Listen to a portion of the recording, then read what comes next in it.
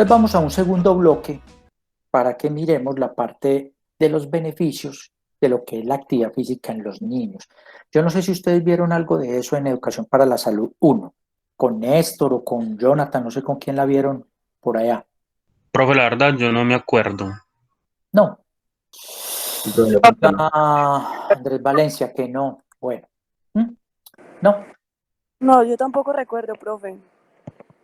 Bueno, entonces vamos a mirar específicamente esta parte del componente porque, así como lo hemos mencionado para efectos de la población adulta, de las mujeres embarazadas, pues los niños también derivan beneficios producto, ¿cierto?, del ejercicio físico como tal.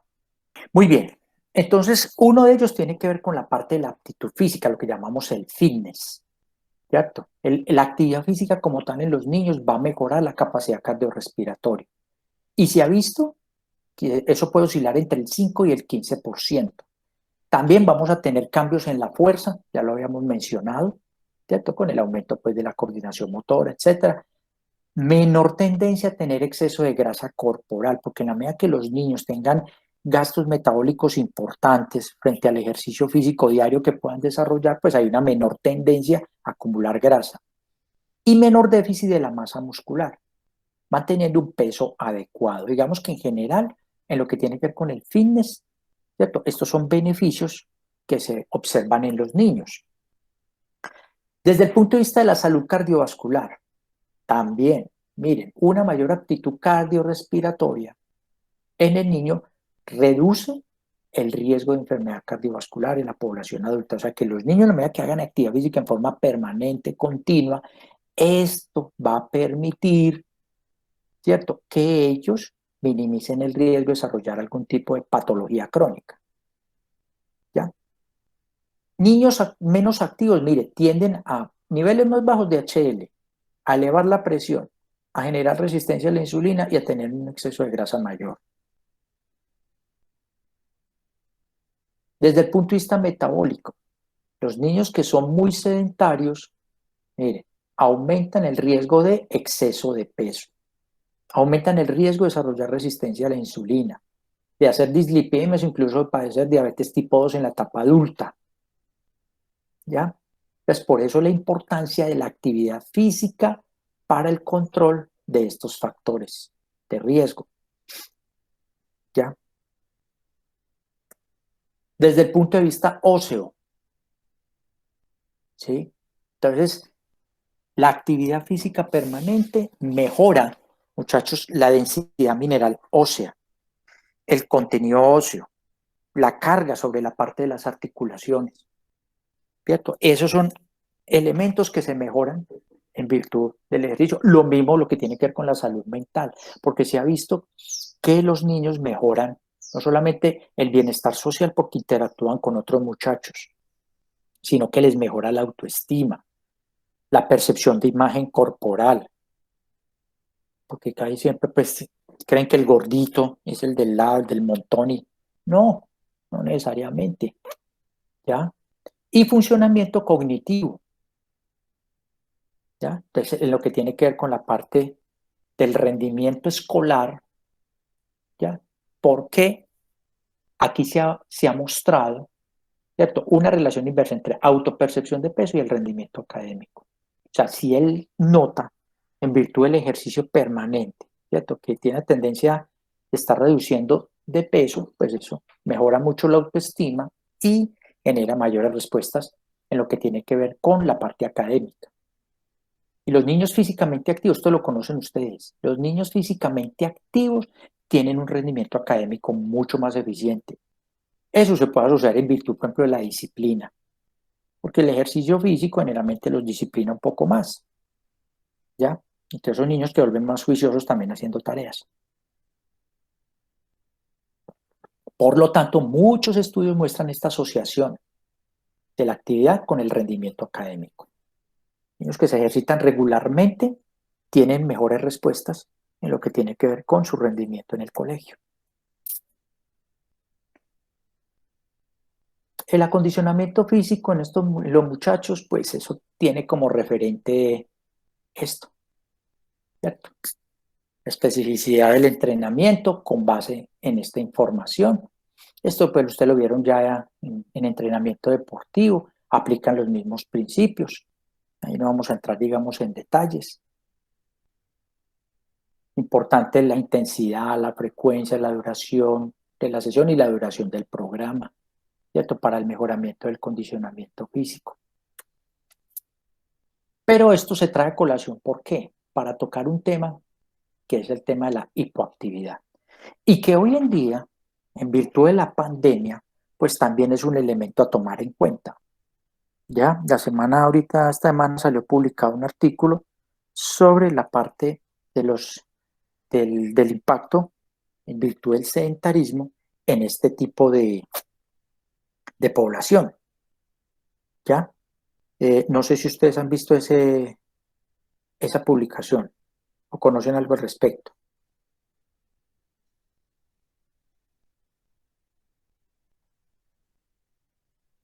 No voy a hablar de este estudio, muchachos, impacto del aislamiento preventivo obligatorio en la actividad física diaria y en el peso de niños en Colombia durante la pandemia. No, profe. No, bueno, yo les voy, después de clase, yo les voy a colocar ese artículo para que lo lean, para que lo leamos todos, ¿sí? Eso apenas fue vetado esta semana, en virtud del tema ahorita que lo estamos tocando. Y eso sobre todo porque ustedes saben que esta es una población que también entró en confinamiento, como todos nosotros, y que desde luego va a tener un impacto realmente en lo que tiene que ver con la parte del peso, ¿cierto? De estos muchachos y sobre todo el nivel de inactividad desarrollado por los niños. Y es para hablar de esto, la hipoactividad. ¿Qué es una hipoactividad? El menor nivel de actividad que personas igualmente saludables de una población con antecedentes socioeconómicos y culturales similares. O sea, si yo comparo un niño de una población, ¿cierto?, de esas características similares desde el punto de vista socioeconómico y cultural, entonces, si se mueve menos, ese es hipoactivo. Pues no lo puedo comparar con otras poblaciones que tienen de pronto hábitos diferentes. Esa es la idea. ¿Y a qué viene esto? A esto. ¿Sí? Porque normalmente hay una serie de enfermedades, ¿sí?, que se acompañan de una actividad reducida. O sea, muchas patologías, lógicamente, producen limitación del movimiento, lo que llamamos una hipoactividad. Pero muchas patologías también pueden generar incidentalmente una hipoactividad. O sea, hay unas que realmente limitan, hay otras que no necesariamente limitan. Pero que de por sí, por otras razones, los muchachos, ¿cierto?, se vuelven inactivos. Entonces, miren, hipoactividad inherente a enfermedades. El caso de la artritis, la parálisis cerebral, enfermedad cardíaca cianótica, fibrosis quística, la distrofia muscular. Esta es una patología hereditaria, tienes una influencia genética, ¿cierto?, por un daño, las terminaciones neuromotoras, ¿cierto? Y entonces va generando parálisis de los músculos, desnutrición severa, obesidad severa, parálisis o una escoliosis severa. O sea, mire, estas son patologías que generan hipoactividad. Pero mire que estas otras incidentalmente pueden volver a un niño hipoactivo, ¿cierto? El caso del asma. Y por eso decimos que es incidental. ¿Por qué? Porque el asma, cuando usted tiene la crisis, claro, se mueve menos. Pero usted supera la crisis y no quiere que se mantenga hipoactivo. Lo mismo con la diabetes, la epilepsia, la ginecomastia, hemofilia, retardo mental, enfermedad cardíaca no cianótica, obesidad leve y moderada. ¿Entienden la diferencia en los dos elementos? Jóvenes, Sí, señor. ¿hay alguna duda ahí?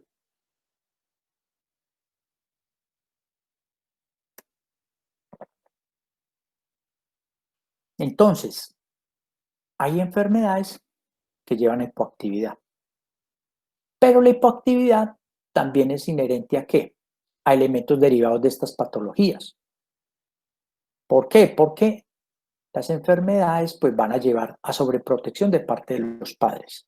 Entonces, sobreprotegen el niño, lo limitan, no lo dejan mover. Muchas enfermedades causan miedo, entonces por temor tampoco se mueven. Muchas patologías causan aislamiento social, ¿cierto? Entonces a veces se discriminan o les da temor o no los quieren mostrar. Eso pasa, entonces se vuelve hipoactivo. Y también por ignorancia, o sea, desconocimiento. Entonces, muchos padres o familiares desconocen, ¿cierto?, los impactos de la enfermedad, los términos reales de la enfermedad. Muchas veces no consultan ni siquiera con el médico. Y entonces simplemente por esa ignorancia limitan al niño. Ya saben que todo eso produce hipoactividad. Y la hipoactividad pues genera desentrenamiento. Y el desentrenamiento, deterioro funcional. Y el deterioro funcional empeora la hipoactividad. Y eso se vuelve un círculo vicioso. ¿Queda claro hasta ahí? Sí, profe. Bueno. ¿Y por qué los padres, ¿cierto? Los padres o los acudientes de los niños, ¿sí?, van a provocar esa hipoactividad en los niños? ¿Qué los motiva? ¿Qué los lleva a generar esa situación? El miedo, profe. Bueno, miren ahí. Sí, muchos de esos elementos son miedo, pero también hay otros componentes. Por ejemplo, en el caso del asma, el miedo a que el niño le dé un ataque por su esfuerzo. O en el caso de la diabetes, el temor de una crisis hipoglicémica. O en la epilepsia, que le dé otro ataque y lesión. O en la hemofilia, que empiece a sangrar. O en niños con retardo mental. El aislamiento, la desadaptación social, lo aíslan. Y eso que hoy en día ustedes saben que ya hay comunidades, grupos especiales, ¿cierto?, de niños con estas alteraciones que básicamente ya se agrupan, interactúan, tienen hasta sus propios juegos. Yo creo que ustedes ya están viendo eso en la rotación con Felipe, ¿no?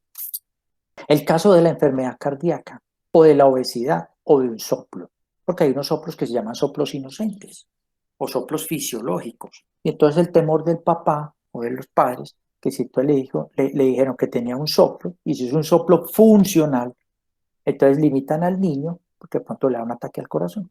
Y es que el ejercicio, muchachos, produce beneficios.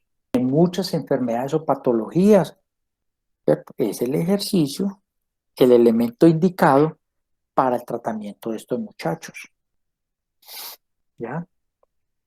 ¿Qué beneficios tiene el ejercicio físico? Pues ya sabemos que en pacientes con asma, que sufren de asma, la reducción de la frecuencia e intensidad de los episodios de broncoespasmo. Ya vimos asma bronquial. ¿Recuerdan el beneficio del ejercicio? Si bien es cierto, puede ser un desencadenante en el caso del asma inducida por esfuerzo, también el ejercicio físico es clave ¿para qué? Para el manejo de pacientes asmáticos. Y en el caso, por ejemplo, de pacientes con fibrosis quística, para mejorar el drenaje aéreo. La fibrosis quística es una enfermedad en la cual las glándulas de secreción de moco de la vía aérea incrementan la producción de moco. La diabetes, mejor control de la glicemia. En la anorexia nerviosa, para modificar los comportamientos con respecto a la alimentación. En los niños obesos, pues para reducir de peso y de grasa. En la parálisis cerebral, para mejorar la ambulación, prevenir contracturas, controlar mejor el peso, ¿ya? Ahora les decía lo de la distrofia muscular, ¿cierto? Una enfermedad, una alteración de tipo genético, en el cual el muchacho va perdiendo, ¿cierto?, la actividad motora paulatinamente, y estos muchachos pues pueden morir tempranamente, 15, 20 años de edad. La distrofia muscular, que generalmente el ejercicio es importante porque les mejora los músculos que no están comprometidos, ¿cierto?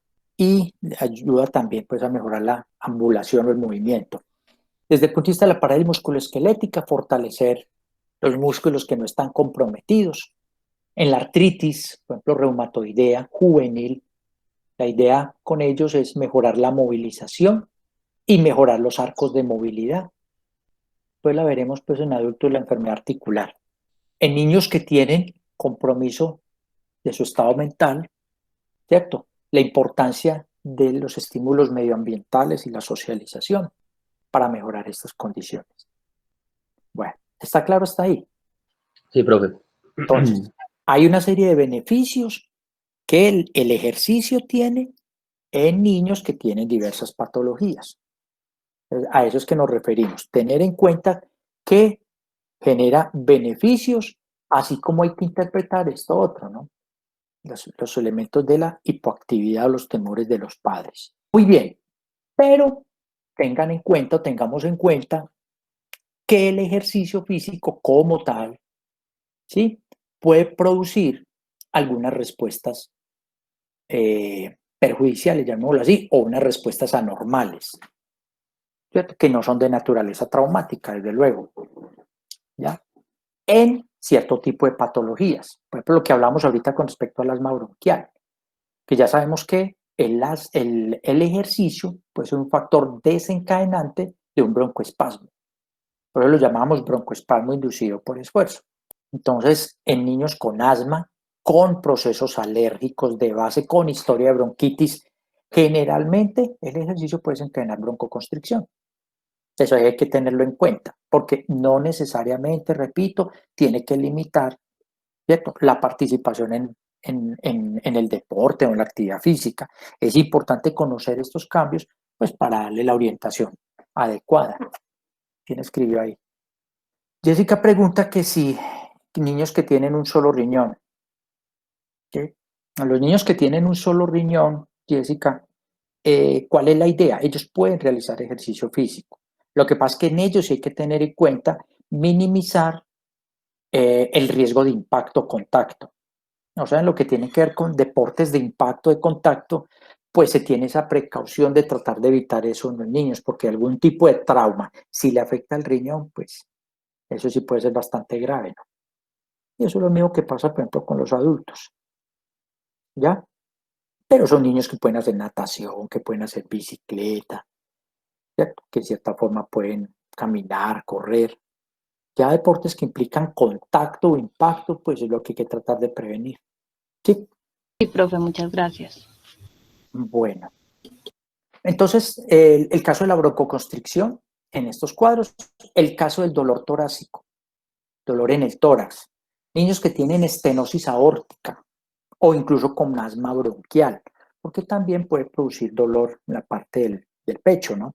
Y el retraso de la menarquia es una respuesta normal, fisiológica, que se presenta en las niñas que se ejercitan a temprana edad, sobre todo esas que tienen niveles de entrenamiento importantes, como ocurre, por ejemplo, con la natación, principalmente, u otros, en las cuales pues se retrasa la aparición de la primera menstruación. Eso tiene que ver mucho con la parte de las hormonas, sobre todo porque los estrógenos, la progesterona, pues van a depender de los niveles de colesterol, y se habla de que si la masa grasa es más bajita, pues el nivel de producción de esta hormona se va a ver comprometida. Pero esto es una respuesta pues normal. La deshidratación, que puede aparecer normalmente cuando se hace ejercicio, ¿ya? La idea es que los niños no se deshidraten, ¿cierto? Entonces, eso se vuelve un patrón de comportamiento. Si usted tiene niños a su cargo, los niños de por sí no van como los adultos, a tener en la cabeza de que tengo que estar cada 10 o 15 minutos hidratándome. No, esos niños usted los pone a jugar y ellos juegan y corren y se les olvida que tienen que hidratarse. Ellos lo hacen básicamente es cuando ya tienen sed, ¿cierto? Tiene sed y entonces se cansa y va y bebe agua, ¿cierto?, porque le dio sed, no más. Pero no que tengan en la cabeza todo un protocolo de esquema. El golpe de calor, la misma situación, ¿ya? Recuerden que el nivel de tolerancia no es el mismo, y entonces se adaptan más fácil los adultos que los niños a las altas temperaturas. Entonces aquí hay que tener mucho cuidado con ellos de no forzarlos demasiado en situaciones de altas temperaturas. Por otro lado, la presencia de sangre en orina generalmente está asociada a cálculos renales o a infecciones de tipo renal, como la glomerulonefritis.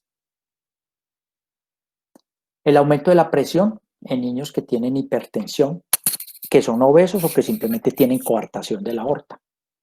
La coartación, recuerden que es una estrechez de la arteria aorta, ¿cierto?, que se presenta generalmente desde el punto de vista genético.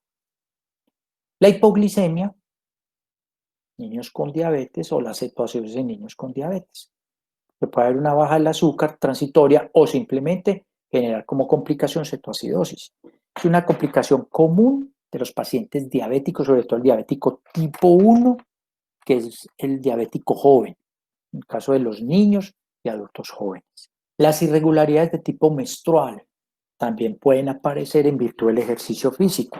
Entonces, ustedes han oído hablar que pueden generarse cambios en lo que tiene que ver con la menstruación, producto del entrenamiento deportivo. Esas irregularidades que aparecen en esas jóvenes. Proteinuria, después veremos la parte de la alteración renal en el ejercicio. Recuerden que pueden aparecer proteínas en orina, incluso en la respuesta normal, hay que estudiarlo. Depende del tipo de proteínas y la cantidad pues, que pueda ser eliminado, pero se puede presentar normalmente. El síncope, que es el desmayo en virtud del ejercicio, eso hay que estudiarlo, porque normalmente el síncope se asocia con alteraciones de tipo cardiovascular. Entonces, ojo que no es que sea un mareo o un desmayo, puede ser por alteraciones del azúcar o otra cosa. Cuando hay un síncope que pierde el conocimiento, pues hay que descartar alteraciones, por ejemplo, desde el punto de vista de arritmia cardíaca o estrechez de la válvula aórtica. Los episodios de rigidez asociados con la disminución del funcionamiento de la paratiroides. ¿Qué función tiene la paratiroides? Puede controlar los niveles de calcio en sangre. Regular los niveles de Calcio calcio en sangre, en en la sangre. sangre. ¿Y de qué manera lo hace? La paratiroides, ¿de qué manera lo hace? ¿Cómo regula esos niveles? ¿Los aumenta? ¿Los disminuye? Los Pues, aumenta. ambas, puede hacer ambas en función de los niveles. ¿Ambas? Sí, puede aumentar o disminuir en función del nivel de calcio, pero no sé cuáles son los valores Si él específicos. nos precisa eso, ¿qué función tiene la paratiroides? Profe, pues según lo que yo veo aquí en internet, porque pues, no conocía la función, es que aumenta los niveles de calcio en sangre.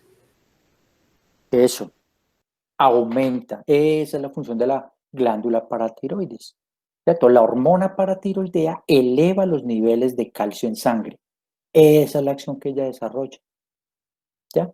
Entonces, por eso cuando dice aquí hipoparatiroidismo, se refiere a una disminución de la función de la paratiroides. Entonces, si no hay calcio, se generan estados de rigidez. Y la muerte súbita, en el ejercicio, después vamos a hablar de muerte súbita, que está normalmente asociada con, por ejemplo, alteraciones de las coronarias, en el origen de las coronarias, y son las arterias que irrigan al corazón, ¿ya? Entonces habría una oxigenación inadecuada del músculo cardíaco, o en el caso de la estenosis aórtica. Muchachos, ¿por qué la estenosis aórtica generaría muerte súbita? Pues porque disminuye la sangre desde el corazón. ¿Cómo así? Profe, porque no hay irrigación sanguínea, pues se hace que la válvula disminuya su función. Y al haber menos irrigación, pues el corazón tiene que trabajar más. A ver, pero ¿quién nos explica bien ahí la relación de la estenosis con la muerte súbita? Profe, porque pues al no haber un buen flujo de sangre hacia el cerebro, pues se pueden crear un derrame, puede darle la persona ahí al no haber suficiente oxigenación. No, pero cuando dices derrame, eso es un accidente vascular cerebral. Y aquí estamos hablando es de la muerte súbita. O puede suceder, profe, porque a las arterias del corazón o a los tejidos del miocardio no le llega suficiente nutrientes y oxígeno para realizar la contracción. Claro, no le llega, y no le llega ¿por qué? Porque la válvula aórtica pues limita el paso de ese flujo sanguíneo que le llega muy poco o no le llega al corazón. ¿Quién nos complementa ahí? Ahí falta un elementico ahí. ¿Mm? Ayúdenme. A ver, ¿quién? A ver. De pronto el sobreesfuerzo del corazón por esa deficiencia en la válvula. No. No, pero yo no sé por qué hablan de la deficiencia en función de la válvula. Porque es que el problema, ¿cuál es? A ver, estamos hablando de una estenosis aórtica, ¿cierto? O sea que si la aorta es más estrecha, la cantidad de sangre que sale por allí hacia la aorta va a ser menor. ¿Sí? ¿Sí me entienden hasta ahí? Y si sale menos sangre a través de la aorta, ¿ya? Se va a comprometer la nutrición de quién? Del miocardio a través de quién. El miocardio, el tejido del corazón, el músculo. Pero se va a comprometer, ¿por qué?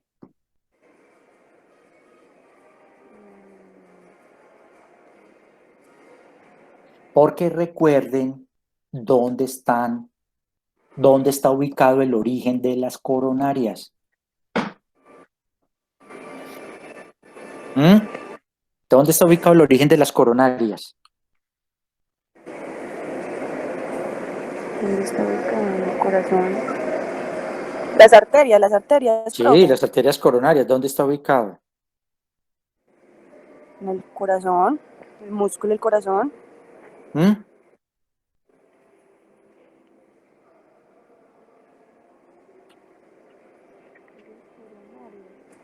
Sí. Mire, las coronarias están ubicadas en lo que llaman el seno coronario. El seno coronario es una dilatación a la salida de la aorta. O sea, cuando atraviesa la aorta, la válvula, estamos hablando de la válvula aórtica, apenas sale de la válvula, ¿cierto? En los bordes de las valvas, por la parte interna, ahí está ubicada el origen de las coronarias. O sea que si sale muy poquita sangre hacia la aorta, usted sabe que las coronarias se nutren en sístole o en diástole.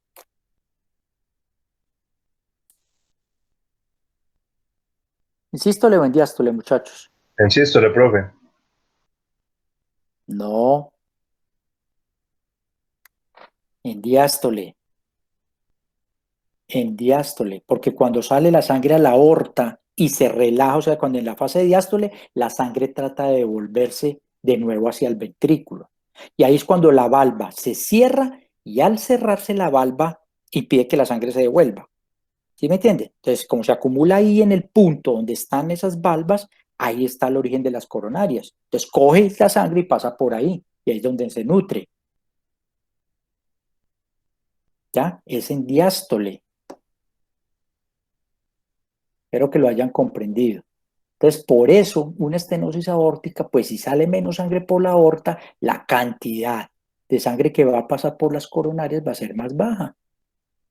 Eso llevaría a un infarto.